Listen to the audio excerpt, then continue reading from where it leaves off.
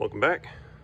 Well, today is the day that I finally have enough time to install the active suspension control, the CETE module that will be able to adjust the factory air suspension. On here right now I have this thing jacked up in lift mode or off-road mode, whichever will give me the most clearance, and I've got it run up on some little Rhino ramps. So it should be pretty straightforward. We have to start everything by removing all these T25s to get off these bottom plates, because I need to expose up under here. There's a green plug where we will tap into the suspension for the fronts, and then we'll kind of repeat the process for the rear. So I'm going to do my best to get camera angles of this stuff to explain what we're doing when we're doing it, but hopefully just the highlights, since I don't think it's going to be that complicated. Okay, back in a second. All right, it's always interesting when you start taking off panels. So these are the panels that were underneath there. They're total 3, but I don't think I did take off 3. I took off the front 2. So you've got this one, then you have this one. There's a total of about 15 T25s, and all the front panel are T25s. The back panel are T25s, and I don't even know what you call these, like a grommet kind of thing of sorts, but the way it works is it's pushed in like that, and then you can put something like a pick tool in between these 2 layers right here, and you just kind of start prying it open, and then once you pry it, it will end up like this, and at that point you can pull it out. So that's that. And I don't know where this guy came from, but I sure hope it wasn't important. Something the dealer would have done, but a lot of rocks under here. All that in an effort to get to this point where we're looking for this green plug right here. This is where we're going to tap in. So there's one here, and then there's one here. I don't know yet where I'm going to put the slave box. The other one's called the master, but I think I'm going to try to shoot for somewhere in here. But we'll see how it goes and where I'm able to tie it up at. Not sure yet. Okay, so here's the harness that we're going to be using on the front. I love this thing because it's set out where it's green and green. You know exactly kind of what's going on. The one things that they do emphasize in the instructions, though, is that there is a shorter side and a longer side. Shorter side goes to the passenger side, longer side goes to the driver's side. So we're going to unplug factory connection, plug it in here, and I'm guessing this is going to plug in where the factory connection went. It's on really nice, looks really good. And then we're going to take this big harness here, and I'm going to plug it into this guy, and literally it does say slave on it. So this is the controller for the front suspension, and they say angle it to where this one kind of points towards the rear. So I'm assuming that means orient it like this, facing towards the back of the car. So that's what we're going to work towards. Okay, first the fronts are in. So all you do is you unplug the factory harness, and you will plug it in to the black end of the front new part of the CETE, and then you plug the green part of the CETE back into the factory box. All I did, and I don't know if you can see this, but all I did was I took the excess and I just kind of zip tied it up here, just kind of out of the way. I made sure that there's nothing it's going to pinch on. The only thing I'm unsure about is this part right here. Just kind of fed it through. There's a gap, and the ends are not, I don't know, they're pretty smooth and rounded, so I don't know that I'm too worried about this. But I'll check on it from time to time to see whether or not it's rubbing through that wire, but this part's done, and I ran it across here to the other side and did the same identical thing over here. Just kind of tucked it up out of the way. When it came to mounting the box, I had wanted to keep the wires out of the way, or the one that runs across, and so I originally put zip ties through here and here on the other side. But then I saw that there was a kind of a already wire loomed harness running across under here where this guy is. And so I just zip tied it to that. So it kind of stays out of the way. You can't really see it, it's tucked. And then the control box, it's really difficult, honestly. So to find a good place. So it comes out here, and I ended up zip tying it here and then put it on top of this to where it is oriented towards the back of the vehicle. I did wrap it in saran wrap and then put some electrical tape around it just to keep that on. I'm not sure. I'm assuming this thing is weather tight, but I just wanted to be sure. And I'm guessing that up and out of the way like this is okay. I mean, these zip ties aren't on there super tight, but tight enough to hold it in place. So I think I'm going to go ahead and put the panels back on, make sure there's plenty of clearance, and then we can start on the rear. Okay, we've got the SQ5 backed up now, lifted. Front took me about 45 minutes, which, yeah, I could have gone a lot faster than that, but I wanted to try to get this recorded so that everybody could see how it's done, since there's not really a lot of instruction out there on it, and just finding places to mount stuff. So anyway, this is what's going on the rear. Again, we have to be careful to orient ourselves because the longer side of the harness is going to the driver's side, shorter side is going to the passenger side. This additional wire here, this is what will poke up through the bottom. Just need to find a grommet underneath to poke it into the hatch portion. And there's a panel over here that we will tap a couple of wires on, and we'll get to that in a little bit. And this is the other module. This one is actually called the Master.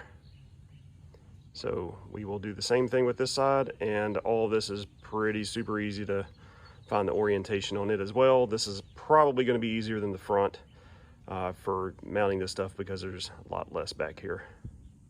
Okay, the rear is done. So orientation, going over here. And we're going to look at the driver's side. So this is where we're going, and same as before, just kind of you unhook the factory one, plug in the CETE, then plug the factory one back into the CETE, and the wire runs. And this time it was a lot easier, and I zip tied it to the sway bar that, oh, where's my finger? It comes across, and then I went up through this little cutout in the control arm, and then came up and then did all my connections to it right here. This is the passenger side, and then I went ahead and kind of pulled all my excess wire up and just kind of zip tied it up here. Took the control box, again wrapped it in saran wrap and put some electrical tape on it. Was able to zip tie it through here, so that actually worked out really well. So then the next part is you have to get the power wires up through the bottom, and lo and behold, what a great grommet there is for that right there. So we poked a hole through this guy, and that gets us up into the back of the SQ, and that comes out. take the sub out, and it comes out right here. Right down in there.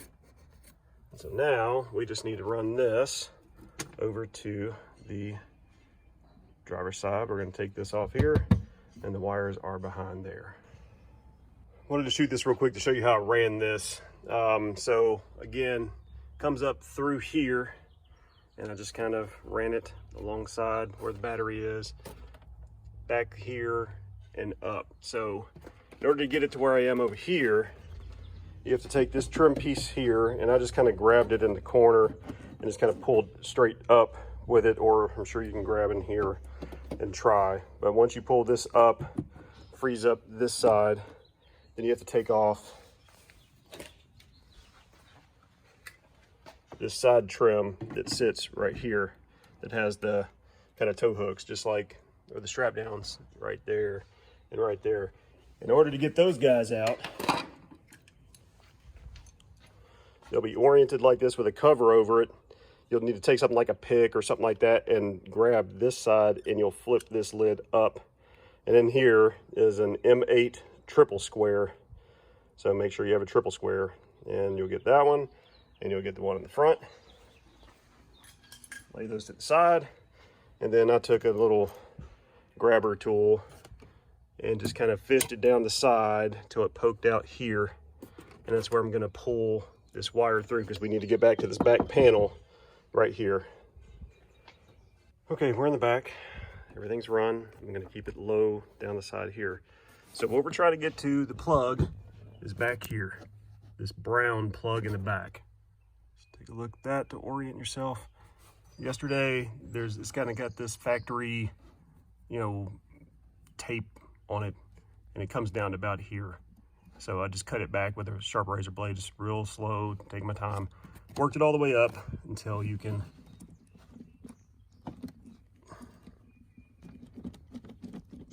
unplug it.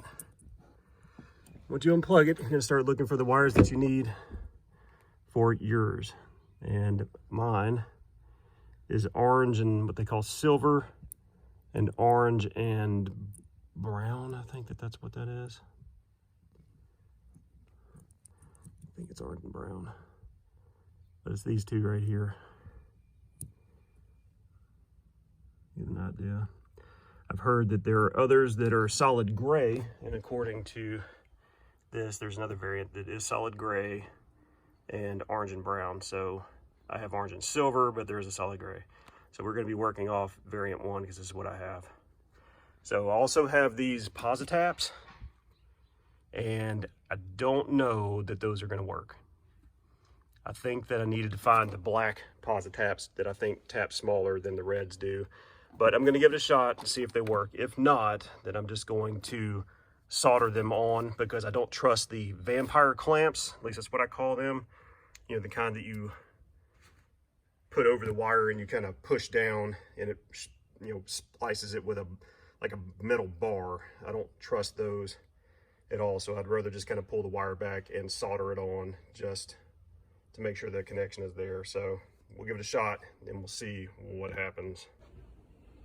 Okay, well, the reds do not work very well. Test fit it, and it did not even puncture. So I had to solder these in. So in my case, orange and brown from the CETE will go to the orange and brown on the factory, and then the orange and black will go to the orange and silver on, mine is a 2020 SQ5. So I'll plug in there. So we should be good.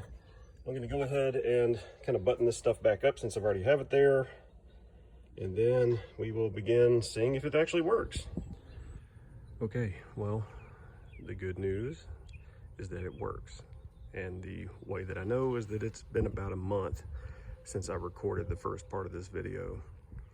And I did this because I wanted to test it out. I wanted to make sure that everything was working the way it's supposed to, and that I was comfortable kind of talking about it a little bit more.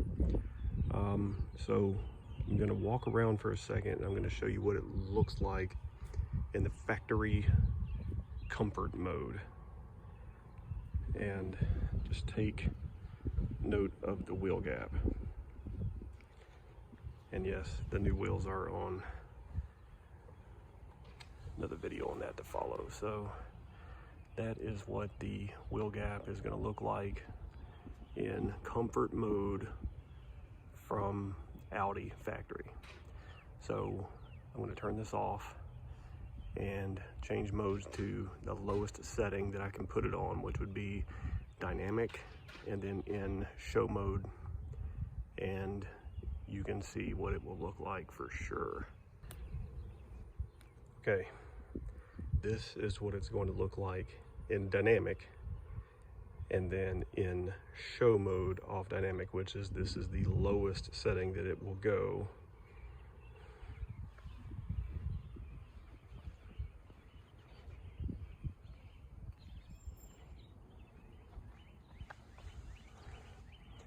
To me, that is a huge difference. Now, I obviously don't drive like this. It is way too stiff and way too bouncy for this to be in dynamic the entire time. Now, some people do it. Some people have figured out a new way to do it, which I kind of like the new way. And I'm gonna do a separate video on how the control works and the settings and everything else. And just be looking for that over the course of the next few weeks. And I'll kind of explain to you guys the way that it works with dynamic and individual and comfort and everything else. But this is how it looks whenever we just stop somewhere and just dump it. So hope you guys enjoyed the video. If you did, just let me know. If you have any questions that I didn't cover in the video, let me know, and I'll try to get back to you as soon as I can. Thanks, everybody.